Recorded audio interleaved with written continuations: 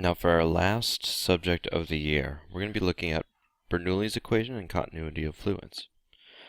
So if you think about a garden hose, the water is coming out of it at a certain rate. And what we all would do if we wanted to come up faster is we would take our thumb and cover up the top of the garden hose. If we cover it a little bit, water would start coming out faster. This has to do with what's called the continuity of fluids. If you start with an area and you have a certain velocity going through it, V1 and A1, but then it narrows and then you have A2 and you have a faster V2 coming out at that spot. The idea is that the same amount of volume has to move at the same speed through this tube. And so because there is a less width, more volume has to go through faster to have the same volume go through. And so this relationship is V1 times A1 has to be the same as V2 times A2. So if they ever give you a velocity and a cross-section and then a velocity again, you could figure out the other cross-section, or vice versa with any of the other equations. Now one thing that you can get from this through a lot of work, you can get Bernoulli's equation. Here I'm just going to write it.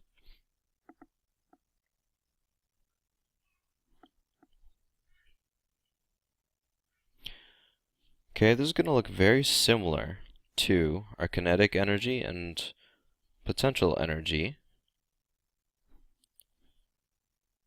But now this has to do with fluids. So you have on the left side, you have some sort of fluid with an initial pressure, an initial speed, which this is really kind of like kinetic energy, just with mass replaced with density, and then the potential energy. And afterwards you have the same three things. It always should balance out. So here's a really cool example. We'll do example 1. We're actually going to look at an airplane wing and look at how much pressure is created from the airplane going through the air. So you have this certain velocity on the bottom. The velocity on the bottom is 200 meters per second. But the air on top actually has to go faster because it's being shifted up. So the velocity at the top is going to be 250 meters per second instead. And also an airplane wing is about 1 meter tall.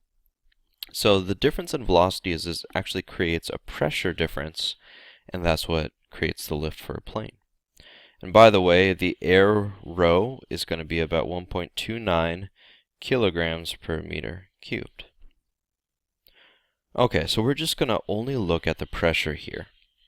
The pressure here is going to be, well, if I look at my equation, I can actually eliminate both of these because both start with the same atmospheric pressure.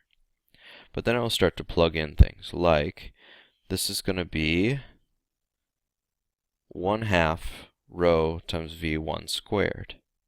But I'm going to do something different here. Normally I would have things on each side, but I want to subtract the two sides because I'm looking for the difference.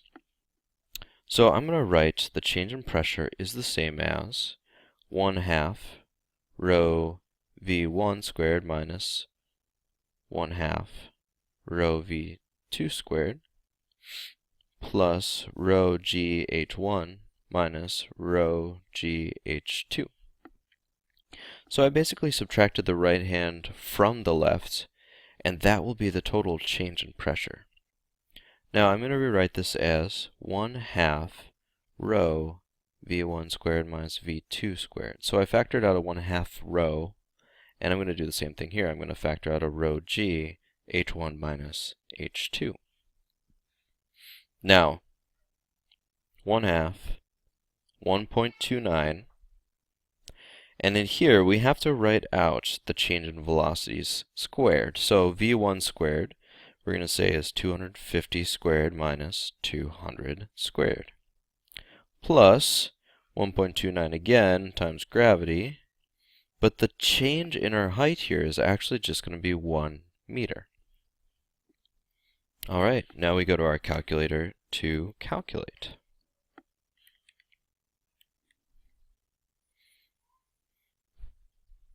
Okay, now you can see from the velocities, we have this intense pressure change. It's going to be 14 kilopascals, 14,000 pascals, 15,000 pascals. There's this really small difference based on the fact that there's a change in height.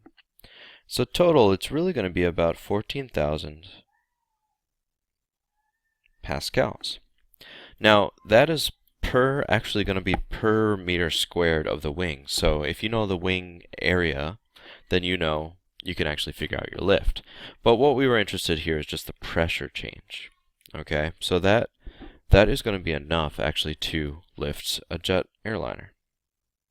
Okay, so let's move on to another example here.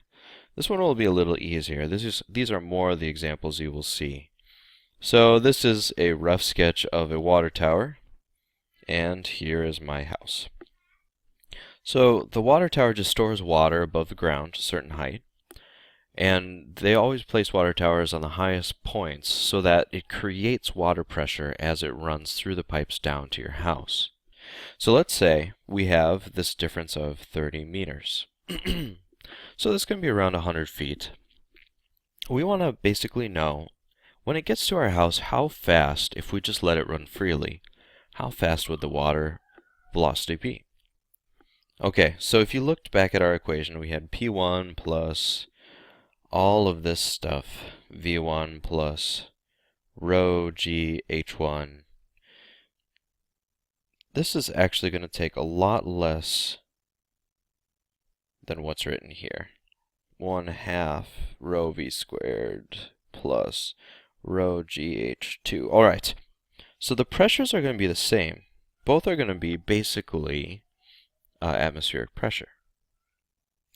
And so on the left side, think about this. Back at the tower, we don't have any velocity to begin with. We're not shooting water into the tower. There's no initial velocity. But we have this potential velocity because it's stored so high. Similarly, on the other side, we don't have a height to worry about. We have a velocity we want to know.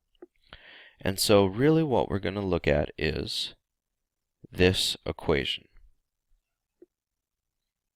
Now we have a row on both sides, so I'm crossing out the rows. And I'm going to rewrite this. I'm going to times it by 2. And I'm going to square root. So basically, I just need to know the height, times it by gravity. So that'd be 30 times 9.8, double it, and then square root that answer, and you're going to get the speed of the water. So I put that in my calculator. The speed of the water is actually 24 meters per second, which is roughly around 55 miles per hour. If you've done any work on plumbing in your house, you probably have seen it shoot out like that. If you just run the water out of the faucet without any resistance, it's gonna fly out. So that seems pretty realistic. So this is the kind of problem you would probably see on like a test or quiz.